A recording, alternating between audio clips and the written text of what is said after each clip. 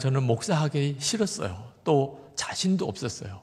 제일 힘든 게 설교였어요. 저는 고등학교 다닐 때까지만 해도 이렇게 사람들 앞에서 말하는 게 너무 힘들었어요. 혼자서 조용히 있으면 며칠도 행복해요. 사람들하고 만나서 이야기하면 그냥 진이 다 빠져요. 그게 제 성격이에요.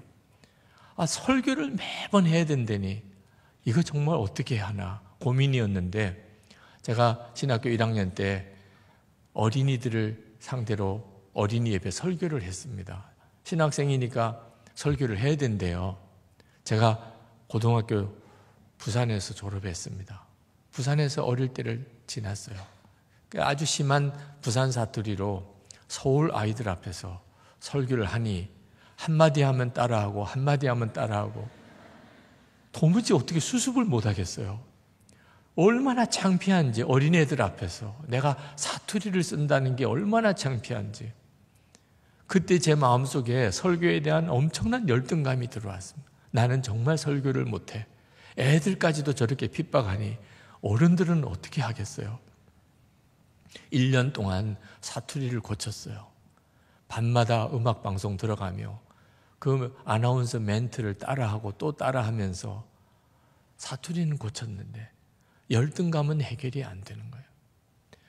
한 번은 집회 때 여러 목사님이 함께 설교하는 집회였는데 제 앞에 설교하시는 목사님, 제 뒤에 설교하시는 목사님 설교 죽쓰기를 제가 바라고 있어요.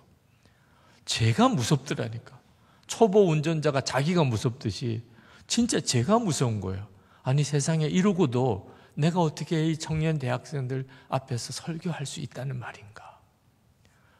하나님 저 어떻게 하면 좋습니까? 다른 목사님 설교 잘하시는 목사님 설교 들으면요 은혜가 되는 게 아니고 화가 나요. 아니 저분은 왜 저렇게 말을 잘하는데? 정말 이거 난감해요. 근데 그때 하나님이 제 설교의 열등감을 말씀으로 치료해 주셨습니다. 여러분 중에도 열등감으로 인해서 힘들어 하시는 분이 있다면 고린도전서 1장 27절부터 29절 말씀을 한번 보시기 바랍니다. 그러나 하나님께서 세상에 미련한 것들을 택하사 지혜 있는 자들을 부끄럽게 하려 하시고 세상에 약한 것들을 택하사 강한 것들을 부끄럽게 하려 하시며 하나님께서 세상에 천한 것들과 멸시받는 것들과 없는 것들을 택하사 있는 것들을 폐하려 하시나니 이는 아무 육체도 하나님 앞에서 자랑하지 못하게 하려 하심이라. 여러분은 이 말씀을 믿으시나요? 저는 안 믿어지더라고요. 하나님이 이왕이면 실력 있고 공부 잘하고 말 잘하는 사람을 쓰시면 훨씬 하나님의 일이 잘 될 거 아니겠어요? 왜 미련하고 없고 연약하고 천한 것을 일부러 택하여 쓰시겠냐 말입니다. 또 왜 성경에 것이라고 했나 몰라. 것이라고. 그렇지 않아도 힘든데 없는 것, 천한 것, 멸시받는 것, 약한 것 정말 저는 믿어지지 않더라고요. 저는 약하다는 것에 대한 두려움이 있었어요.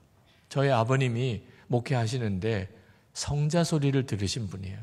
누구에게도 큰 소리, 힘든 말 안 하셨어요. 저도 어릴 때부터 한 번 야단 맞아 본 적이 없었어요. 그런 성격이시라 사람들은 다 성자라고 하셨지만 어린 제가 보기에도 약한 거예요. 아버지가 너무 약하셔요. 아니 목사라고 다 그러신 거 아니더라고요. 어느 부흥사는 욕도 하는데도 은혜 받더라고요. 얼마든지 강하게 큰 소리 치는 그런 목사님들 있으시더라고요.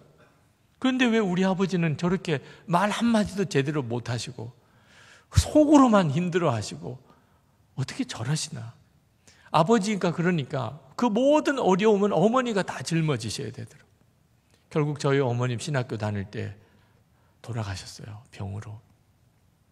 어머님 돌아가실 때 저는 이게 아버지 책임이라고 했어요. 아버지가 약하시니까 어머니가 그 어려움을 다 떠맡으셔야 되니 어떻게 감당하시냐. 저는 목사가 돼야 된다고 해서 목사가 되지만 약한 목사는 안 될 거라고 했어요. 나는 아버지처럼 약한 목회는 안 할 거야. 할 말도 하고 강할 때는 좀 강하게도 나가는, 나는 정말 성공하는 목사가 될 거야. 그렇게 다짐했었거든요. 그런데 제가 설교가 안 되는 거예요. 목사에게 있어서는 가장 중요한 사역이잖아요. 그런데 성경을 읽으면서 하나님이 약한 자를 택하신다. 세상에 이처럼 혼란스러운 일이 있을 수 있나요? 큐티가 다음 장으로 넘어가지를 않아요. 적용도 안 되고 이해도 안 되고 믿어지지도 않고 3일째 되는 날, 이 말씀은 이해하고 믿는 말씀이 아니고 믿느냐 안 믿느냐 결단만 필요한 거다. 믿을 거냐 안 믿을 거냐 그것만 필요하다는. 제가 하나님 앞에 고백했습니다. 믿겠습니다. 그렇게 아주 짧은 고백을 드리고 성경책을 가슴에 끌어안고 꼬꾸라져서 울었어요. 여러분, 하나님의 말씀을 믿는다는 게 얼마나 심각한 문제인지 아십니까? 하나님의 말씀을 진짜 믿기로 결정했어요. 이건요, 심지어 목숨을 내놓아야 될 만큼 그렇게 어려운 일일 수도 있다.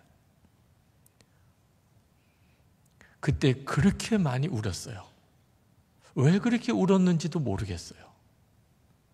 근데 나중에서야 내 어깨에 메고 있던 열등감의 무거운 멍에가 그날 꽉 꺾어졌다는 것을 알았습니다.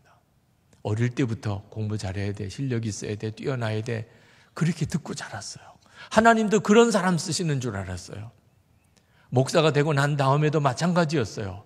목사도 다 똑같은 대접을 받는 게 아니더라고요.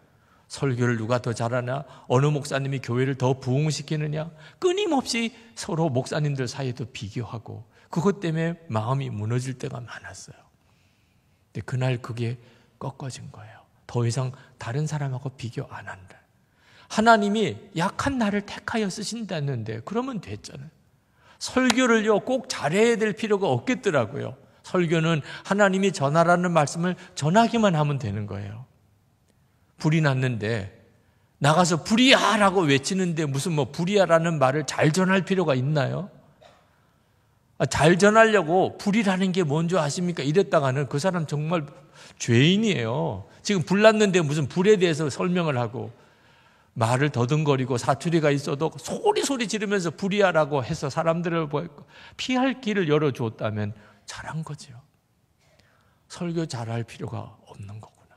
하나님이 주신 말씀을 그대로 전하기만 하면 되는 거구나. 나 같은 자도 하나님이 쓰시는구나. 그러고 보니까 저에게 어떤 분이 메일을 보내주셨어요. 목사님, 저는 목사님이 천천히 말씀해 주셔서 너무나 은혜를 받습니다. 저는 브라질에서 오래 살아서 한국말 잘못 이해하는데 놀랍게도 주님이 목사님 설교는 다 이해하게 해주시네요. 그러면 됐지요. 어떤 사람이 내가 천천히 말해서 은혜가 됐다면 그런 사람에게 내가 쓰임을 받는 거잖아요.